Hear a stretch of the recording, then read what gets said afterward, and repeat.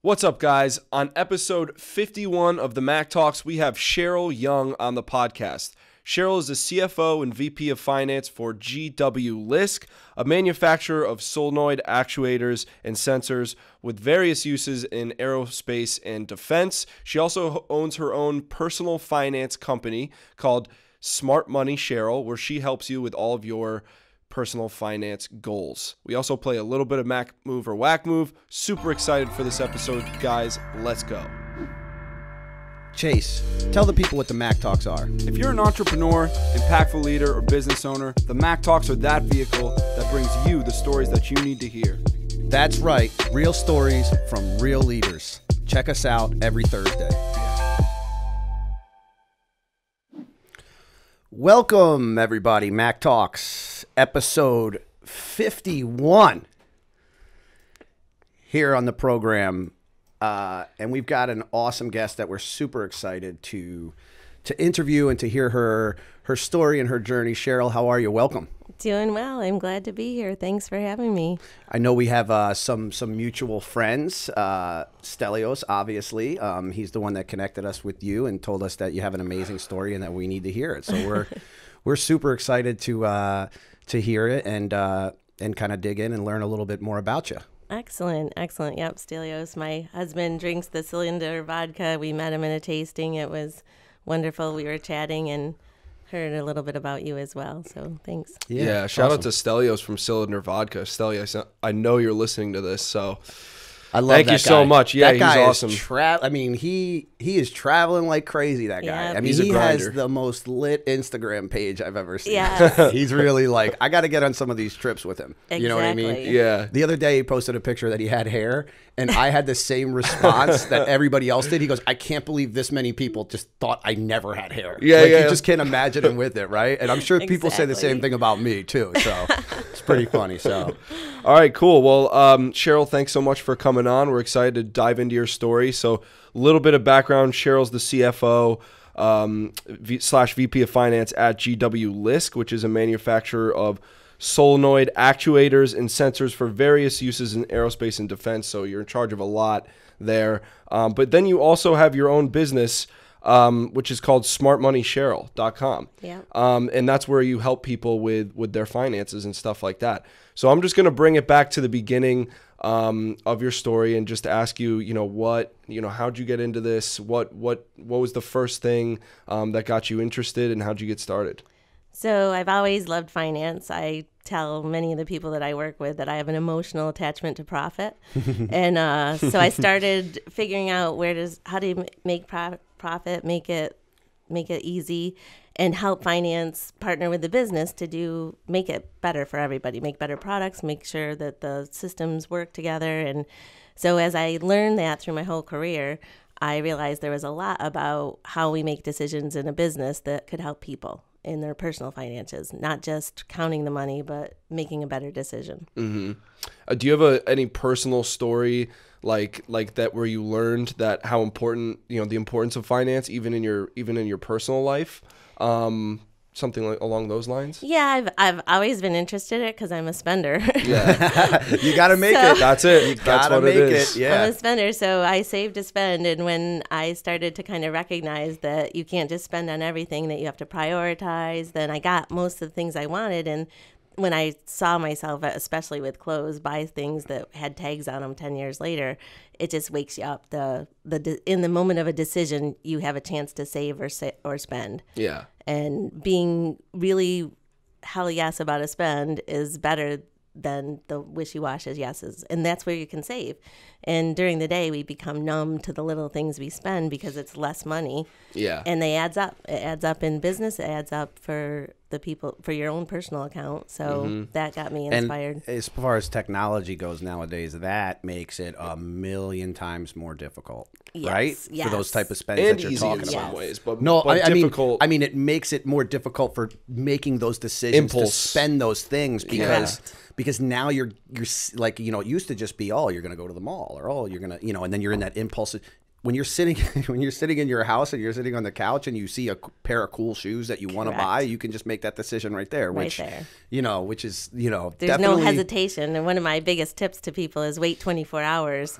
Because really think about it, then you'll know after 24 hours if you still want something that it's the right thing.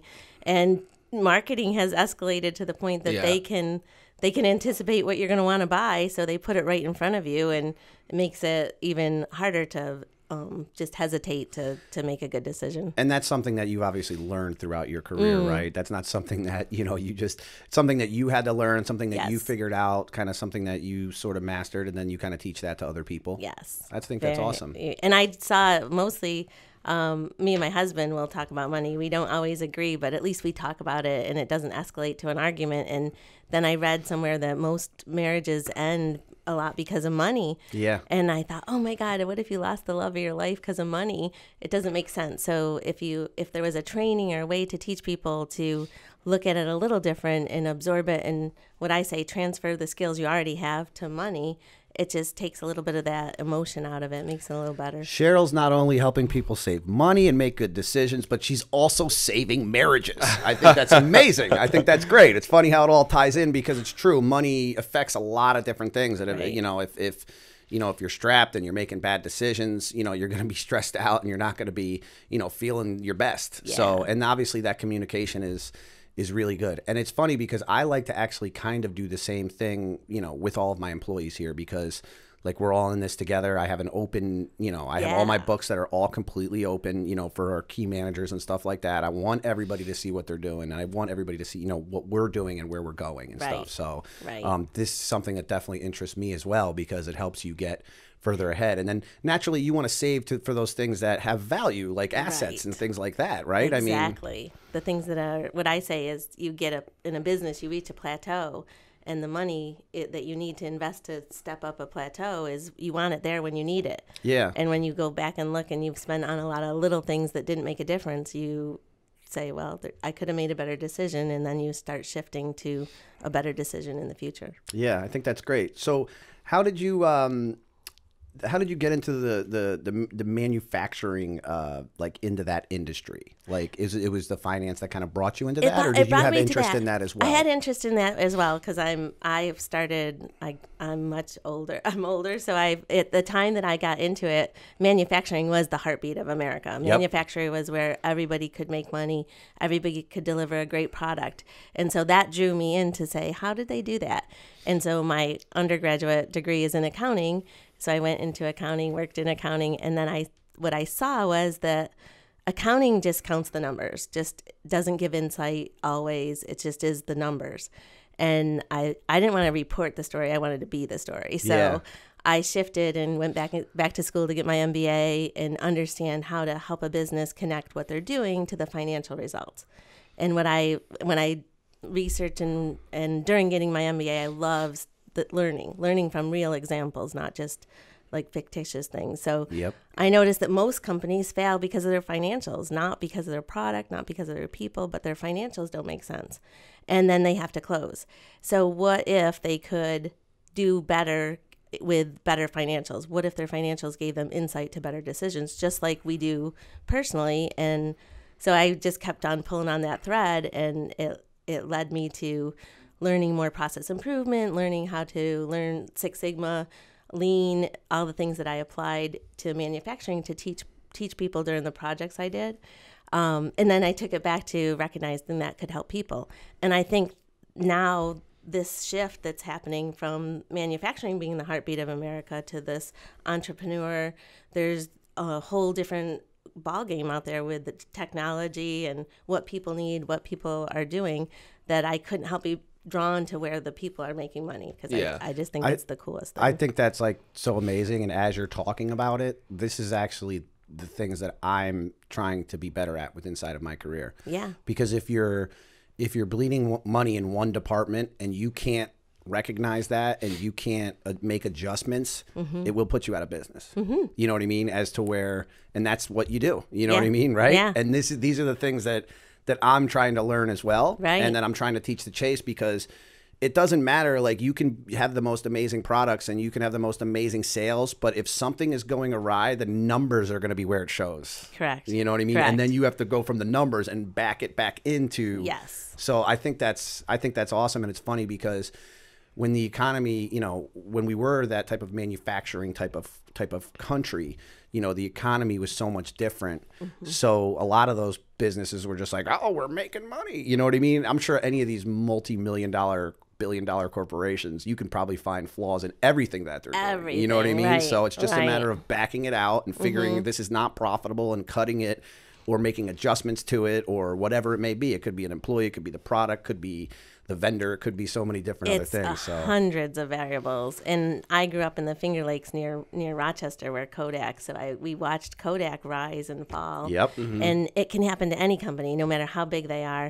That if they're not keeping an eye on that and a check on what they're doing, or evaluating a decision and not going into it emotionally, because that happens in a company, it happens in your house, that if you have a way to evaluate it, just say, what do I need out of this before you make the decision?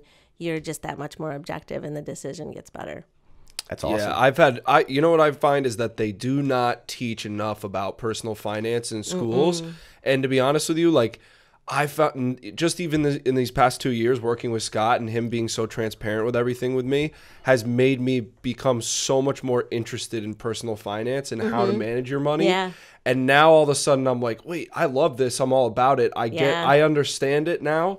And I'm like you, where I like to spend. I like nice things, right? And I like to do fun things. Yep. And understanding like when is the right time to say yes to those things, is the right time to say pass, no, right? Is really important. So I just wanted to say, you know, I think what you're doing is so important because I really feel like there's a huge lack of education out there with finance. Right.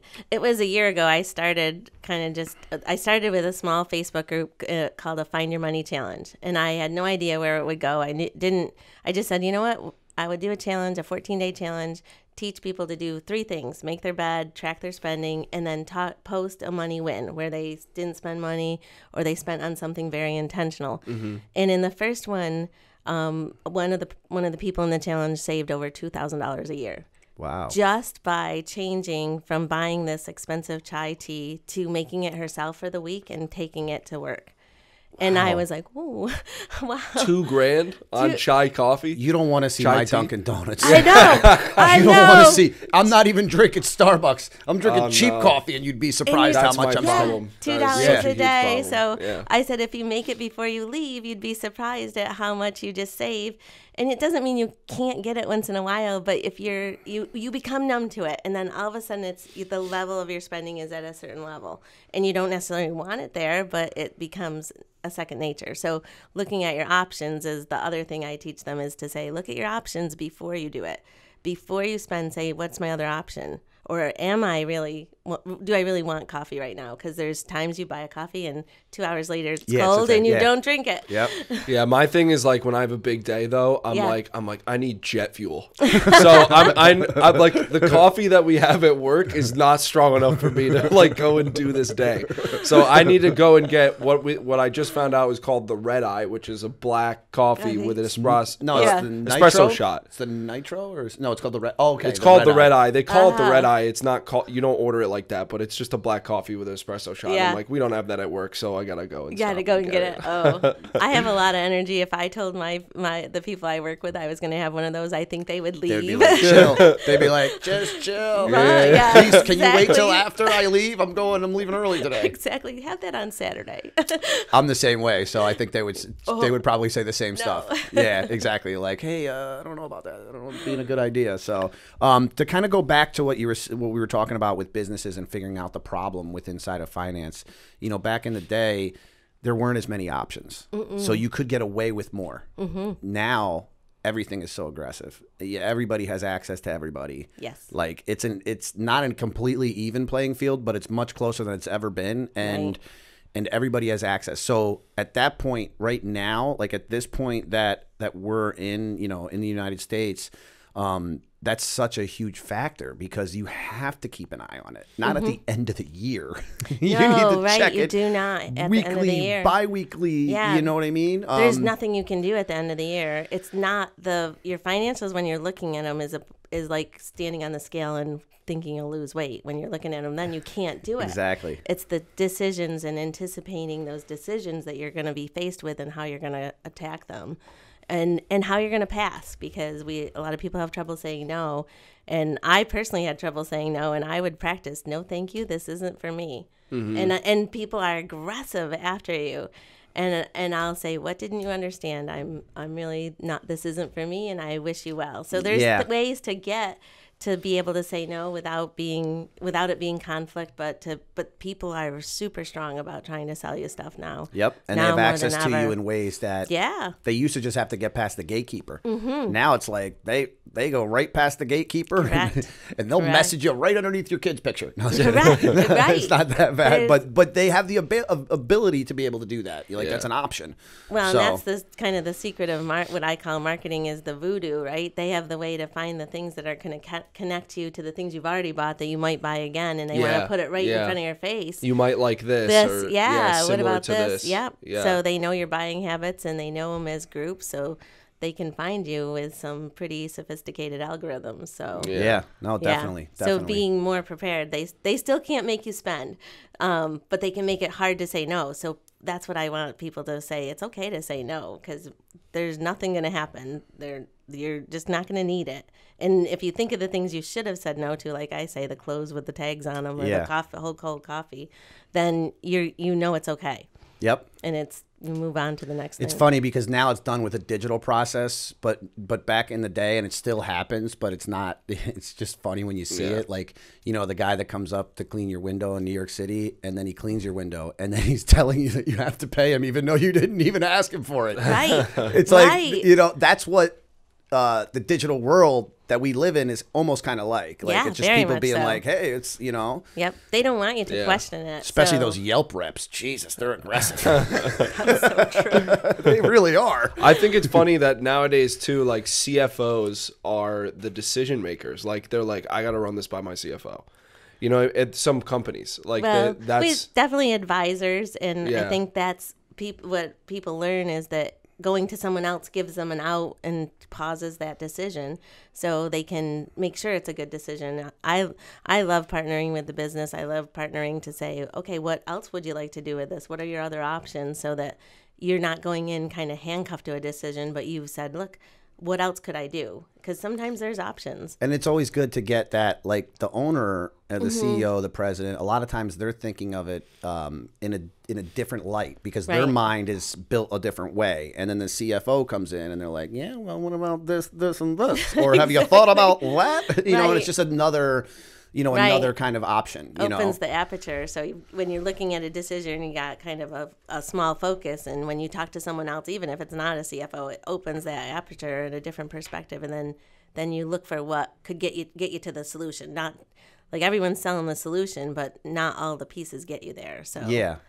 Make sure that's happening. So are you still with GW Oh, yes, Lisk? yep. Okay. I love working. So and where are they located? They're upstate New York, and they're a privately owned company where it's an ESOP where the people that work there own shares of the company. I love it. Me too. I think that's the most. I mean, that's what I'm trying to build here. Like I always tell everybody here, I'm like, this literally probably is as close as you can get to being your own business. Yeah. Like when you can say that to somebody, it's like what you put in is what you're going to get out. And I'm exposing these numbers.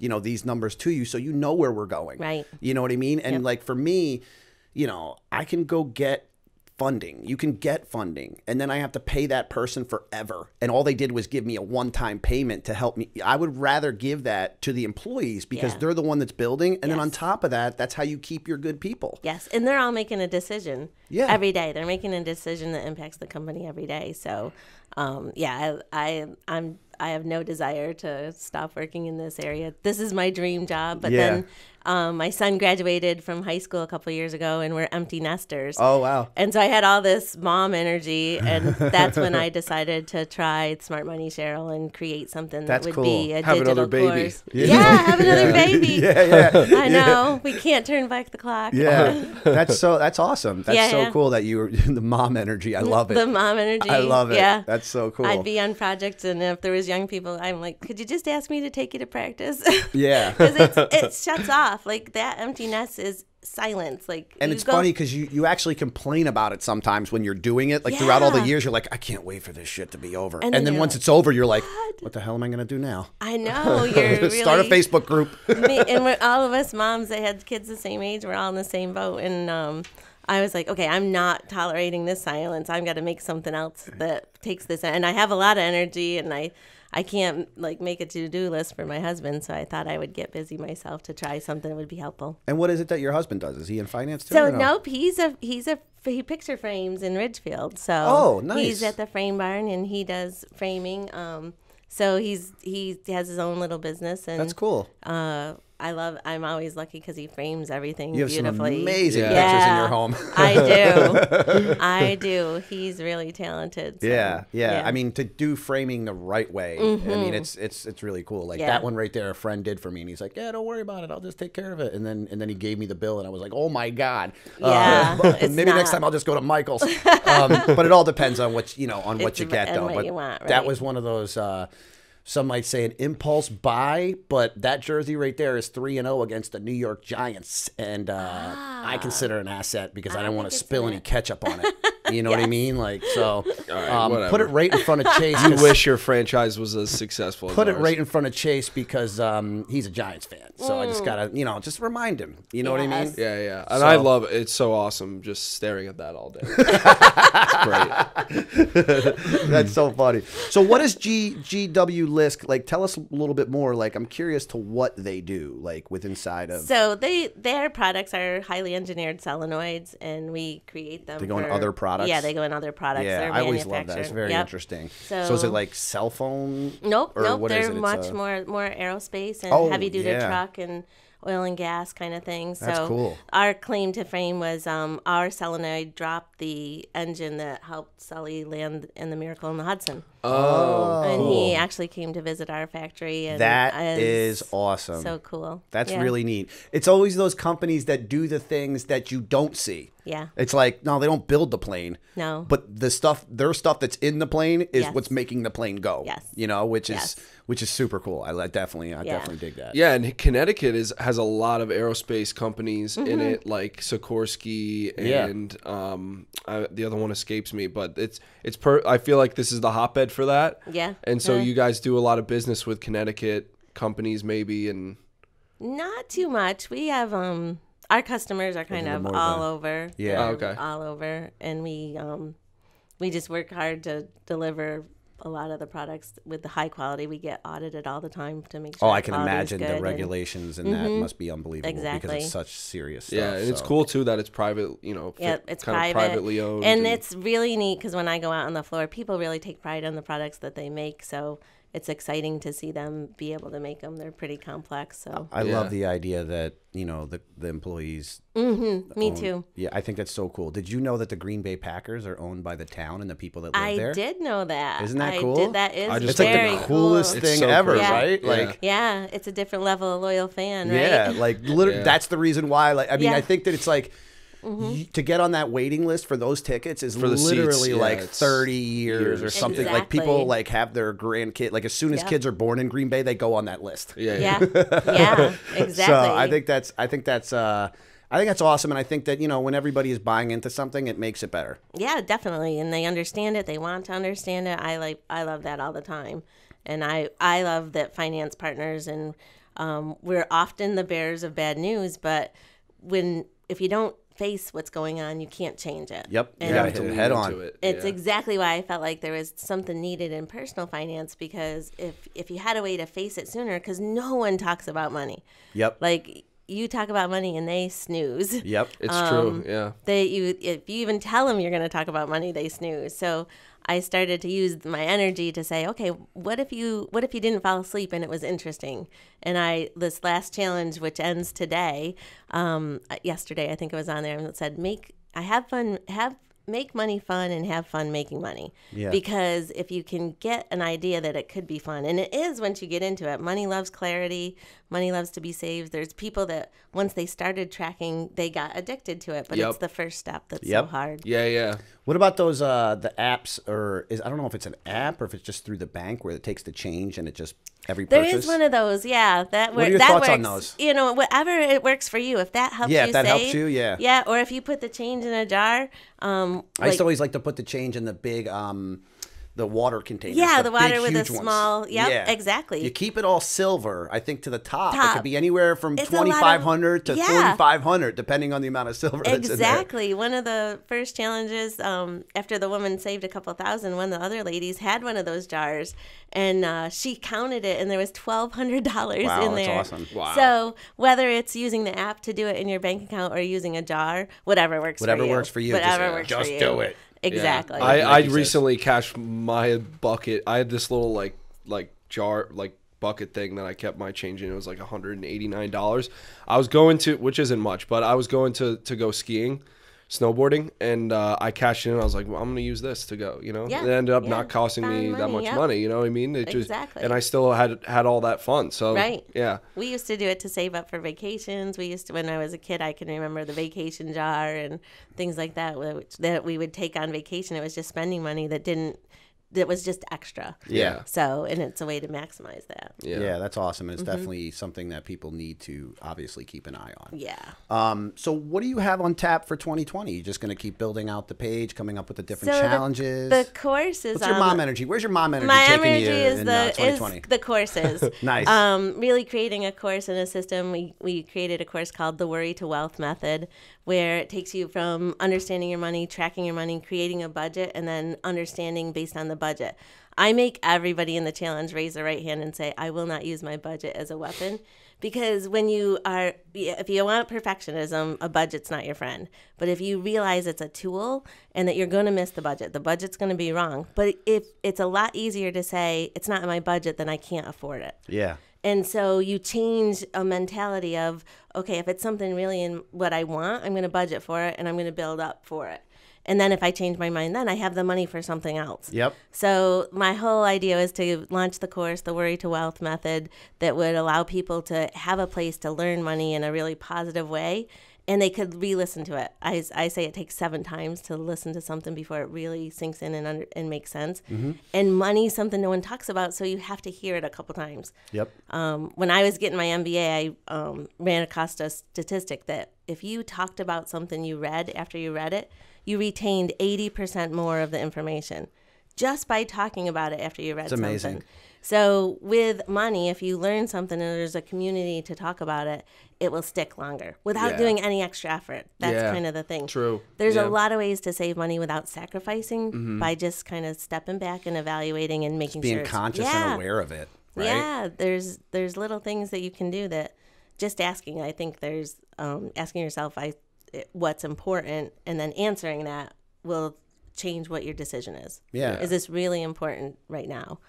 So I never thought of that, the community aspect of it. Yeah, I'd never thought of, you know. But it's funny because that's kind of what I do. Like, I do it because I want everybody to know, but I also do it because we're, you know, like I said, we're working together, and it gives me more of a conscious thing. Right. Like, if you know it and you know the numbers, then it makes me more conscious of what it is. Accountability. Yeah, you know what I mean? exactly. Like, you have another person helping you with it. Exactly. So that's where the group thing, I think, comes into Changes play. everything, and right? same thing for companies, too. It's the same kind of concept. Yeah. You know what I mean? Except, you know, I mean, obviously it's a little different, but it's a lot of it is very similar. So very similar. And my goal is once I have some momentum on this, my real heart is with business. So I want a business finance course.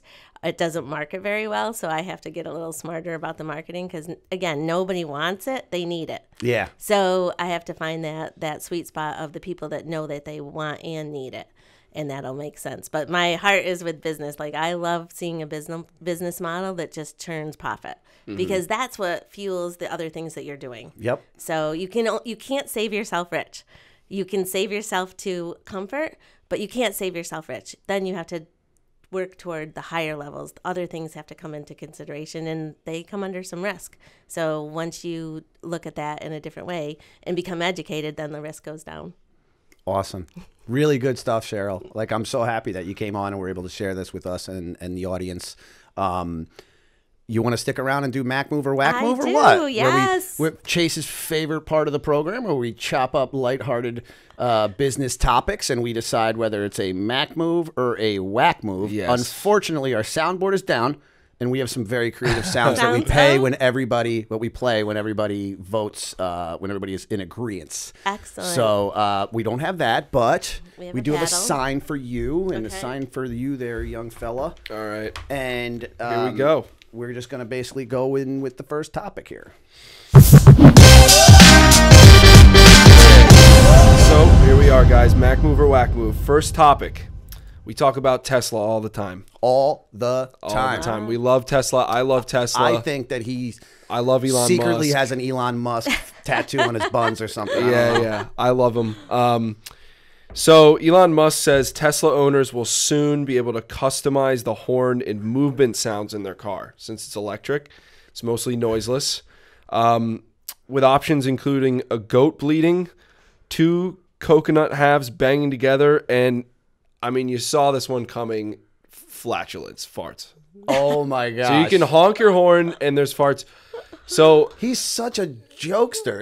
It's funny. I know, Like, but that's he's what like- makes people like him so much, like me. He's such a nerd, but yet Yeah. he's such a dork. Yeah. Like, you Got right? some Like, creativity. Yeah, he's like, so creative. dorky with that. Like So fart he- noises with a horn. I mean, So here's really what it is, right? I mean, it's a media. He's trying to get attention in the media. Obviously, when you're honking your horn and your car farts, like that's marketing, and it has no real functional use in the car, other than just for fun. So the Mack Move or Whack Move is, putting these customized sounds in a Tesla. As obnoxious as they are, is that a Mack Move for Tesla or a Whack Move? I will go first, and I will read this one line right here. While the sound effects are primarily to promote safety, some are worried pedestrians who hear an unconventional sound won't know what to look for.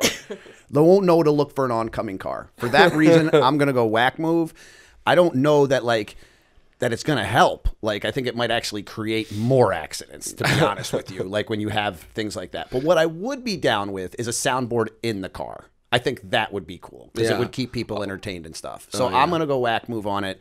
Cheryl, what do you got? So would it replace a typical horn, or would it be I think it would give you another option. Yeah, it would be another option. It'd be another option? You could turn it on and off. You could turn So it on this and guy off. is in your way, he won't go. You're just Yeah, I gotta go Whack Move. yeah. That's I gotta go Whack Move. But yeah. more for the safety and inside the car, Yeah. I'm with you that there's some fun for the people in the car if you're on a long trip. And yeah. I don't think it should be the main source. It worries me that that people can do these, that people could be able to do these things. It's, we're programmed to hear a horn and be like, oh, here comes a car.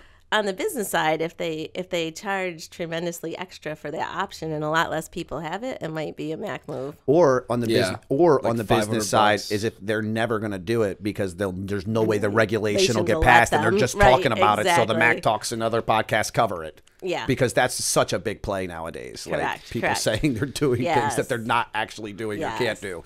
So, and I think that that's true. I don't think that you could get that passed through some kind of regulations. I mean, you know about the regulations. Yeah, I don't they're not think going to you all of a would. sudden just, you know what I mean? Wouldn't be able to replace it, but So, I what don't do you know got? about Oh, that. I got Mack I Move. already Yeah. know. I already know. I love this idea. The This parents, is why. the parents over here are Yeah, like, they're like, no, you wait. safety first, safety first. This is why Elon Musk wins at everything, because people will disagree with it, but a majority of people get the joke.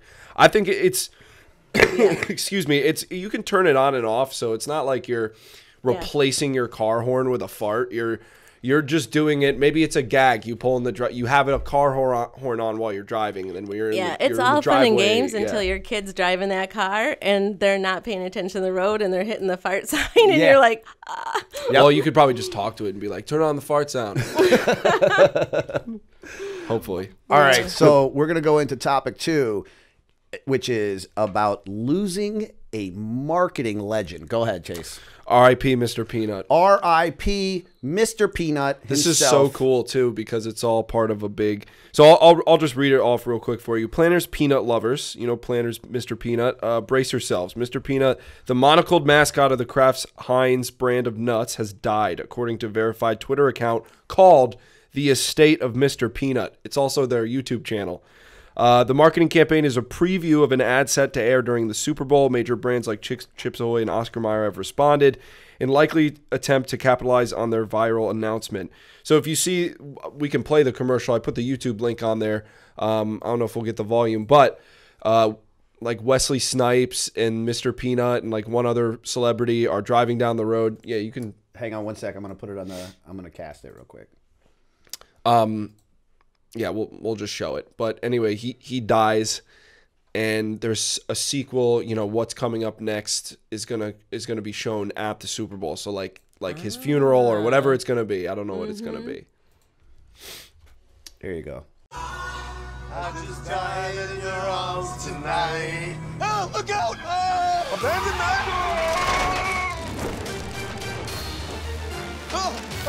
we're too heavy. Matt, let go. No, you let go. Hey, Mr. Peanut, no, you don't. Don't do it, Mr. Peanut. No! Maybe he'll be all right. Maybe not. Ooh, oh. Maybe not. What a great spot. No. I love that. Yeah. That is super cool. It's genius. I really like that a lot.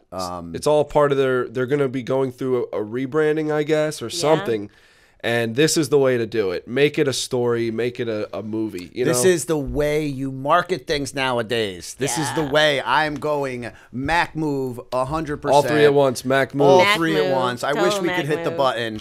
I think that's great. I mean, this is what you do. You create Yeah. things like that. Like, that's what makes people engage. And especially, like, growing up with Mr. Peanut. Like, everybody is growing up with Mr. Yeah, Peanut. yeah. You He's know been what I around mean? forever. Like, Yeah. Forever. Suddenly, I'm R.I.P. emotional right now. yeah. R.I.P. to our guy. Suddenly, I really want some peanuts right now. Like some salted peanuts would be great. Well, there's some tequila here. Yeah, okay? second best, next best thing there. So, all right, well, R.I.P. Mr. Peanut. Bro. That was an easy You lived one. a long, That was easy. long I had life. to. Very clever. That should go for a long time. Yes. Great use of funds on that story and that Yeah. theme. Topic number 3. Topic number 3. New York bans going cashless. It's New York City. So New York City Council has passed a bill that would ban stores, restaurants, and other retailers from going cashless. The new legislation follows moves by New Jersey, Philadelphia, and San Francisco, which put through similar policies last year to ensure customers are allowed the option to pay in cash. Some businesses are refusing cash to save time and limits the risk of robberies, while critics argue that cashless retailers are unfair to those who lack bank accounts. You remember when we went How do you to not have a bank account? remember we went to Hudson Yards and we went into that grocery store in there. What And is they it called? were- Citronella. Citronella. It's amazing. I was like, this is the most It's amazing. sick, yeah. They had pizza. They had all kinds of hot food, and it was a grocery store. And we went to go check out, and it was just. And I'd never have cash really anyway. Right. And they were like, no, it's credit. It's credit only. Oh, yeah. Remember? Yeah. That's the first Right. time I ever really experienced that. Me too. Yeah. Yeah. So what do you think? Going cashless, is that the future, or you think that we should stick with what we have because of all the people that maybe don't have bank accounts? I mean, who the hell doesn't have a bank account? Like, Well, they might. There's Yeah. a lot of people that probably operate just cash. I don't think it should be a regulation. I think you can make it a lot harder for people that are not using the credit, because it's easier for there's a lot more security around the Yeah. businesses to go through. There's no cash there. They don't have to worry. yeah, But they don't have to, Yeah. I yeah. don't know if it has to be banned. Yeah. But they might have to have security around that, or they can Why would deny. it be a law? Right, the law part is what is. They make it hard. They can make it hard. Yeah. They can make it hard But the on law, their it's own. like But the law doesn't. The law I don't like. I don't like Right. laws that Tell you I agree. that tell you you're supposed to do behavior, something. consumer Yeah. behavior. Correct. Like, I think that Correct. you can make that decision as a company, But I am not okay with government determining, like, no, this either. is the way that it's going to be. Right. Like, Yeah, yeah. And I also, don't like that. yeah, and cash is like, you know, it's the tried and true forever and ever, I think. And I think of some of the restaurants that only take cash and put the ATM in the corner, and they'll only take cash. I think of those people as sometimes that's inconvenient. You're Those turning people pay away in money. cash all the time. Yeah. You're turning away money. Yeah. That's what I think. Yeah. Because I would have bought from your store. Now I'm saying, not only am I not going to buy from your store today, but I'm never going to buy from your store ever again because you wouldn't let me pay with my card. That's my And that's attitude. the reason why somebody's lobbying to make it a law. Yeah, but Like, that's how it works, like, that's how. Yeah, they say They're lobbying to then make they it a think law it's just unfair, because they're but- like, yeah, But exactly. I would think that's the opposite of only taking credit cards, and that is kind of the opposite of it. But the regulation, Do you remember back in the day when like credit cards were you were like, oh God, this person's got a credit card. And now you're like, oh God, this person's got cash. Exactly. Like the systems have completely flipped. So, I mean, I'm not, like I said, I'm not big on governments, you know, deciding things like that. I don't think that it's. too. I don't Yeah, think yeah. that's Let's all good. do So I'm whack going move. whack Whack move. Whack move. We're whack move on that one for sure. So, all right, Chase, what is This this? one is sure to get. I know, Scott, you're probably going to be pretty passionate about this. Maybe. I don't know. But so the question is this: should we give CT lawmakers a raise? All right, let me explain. Don't need to. Whack move. I knew it. We're not giving any of these politicians a raise. They get raises based upon how the state is doing, like any other company, and the state is doing shitty. They're making bad decisions. It's not okay. They should not get any more money. Go get a goddamn job in the public sector. All right? You want more money? Go get a job in the public sector. All right. All right, I'm done. All right. Whack move. All right. So can I ask a couple questions? Go ahead. Sorry, I apologize. So no, I love the passion. I do it. Because when you make those decisions about raises, you have to look at the trade-off. So if they had taken away certain benefits that saved more than the offsetting increase, I see that as okay. But I don't see it as okay as just up and up and up in the government. That's And what that's I how thought it you were works. going to say. Is that was my first thing? Is like, well, what have you done for me lately? Yeah. Like, Right. what have you done for me lately? If our state was doing way better, That's what I'm Right. saying. and we're crushing it, and we're bringing in new companies, where Mm-hmm. people, but no, it's the opposite. Companies are moving out, people are Right. moving out, we're losing revenue, we're losing, like, everything's a mess. So why would Now, we give you a raise? a place like Nashville that's booming. I mean, they're Yeah. booming with like economy, Yeah. medical companies. Like, yes, whoever the hell set that up, give them a raise. Give them a raise. Right, yeah. right. I'm not Because trying to hold keep back them money here. from people. Right. It's not that. It's based upon how the company is doing. You know what I mean? Like, that's Exactly. how All it right, works. so let me read a little bit of background go about ahead. this. It's been, and I know we already probably have our answers, but it has been 2 decades since Connecticut state lawmakers got a pay raise. State Senator Norm Needleman represents a 12-town district that stretches from Westbrook to Portland. He's also the first selectman of Essex. He does not accept any legislative pay because he's an enormously successful business owner, and he doesn't need it. And he does not take any token payments from the town. Not right now, but in the not too distant future, he says it's very important for the public to understand that the average legislative compensation is in the very low $30,000 range, he said.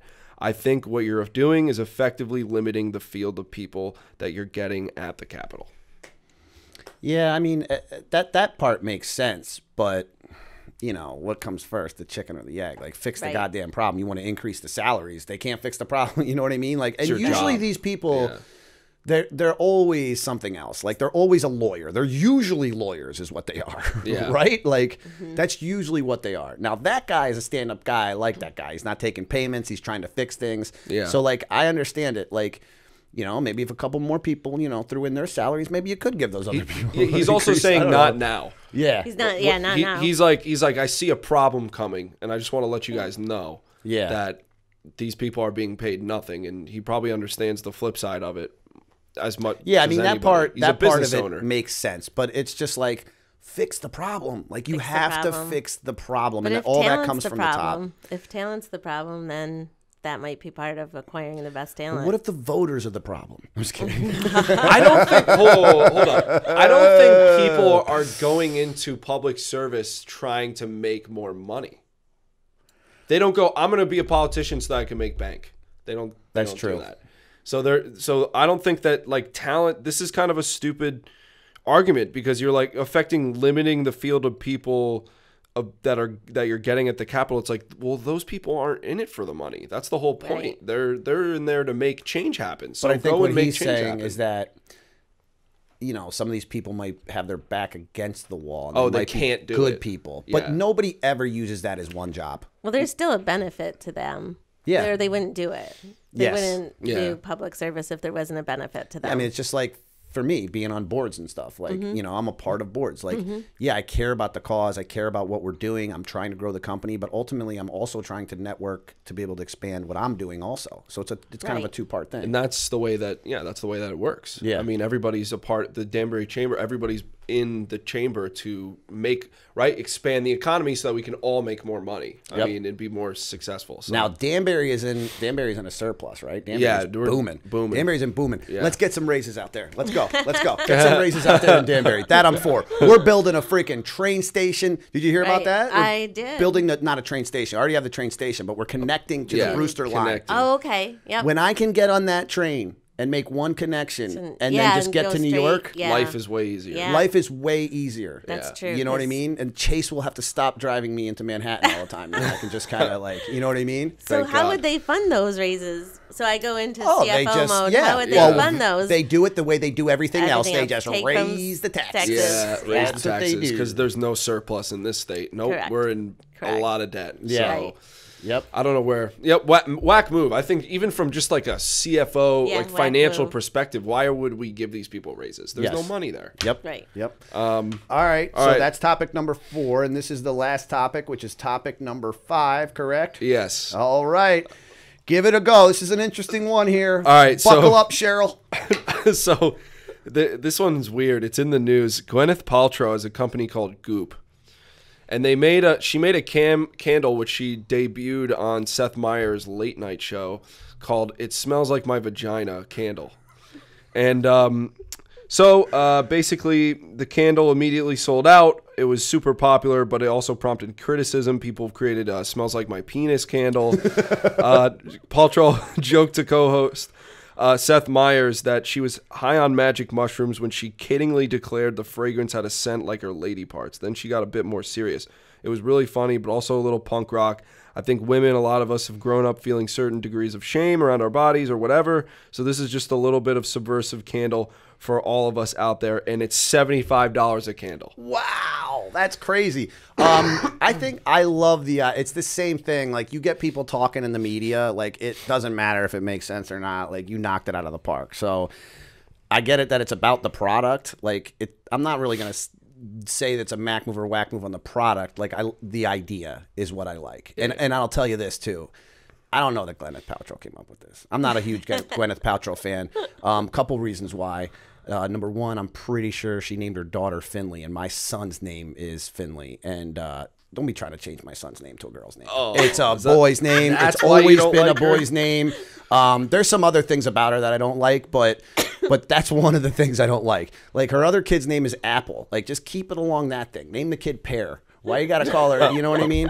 So I'm going to go Mack move just because if you can sell out of a $75 candle, you obviously did something right. Yeah. And, but I would be worried if you're burning that candle, by the window because you might get some weirdos coming over by the window, knocking on your door and stuff like that, Yeah.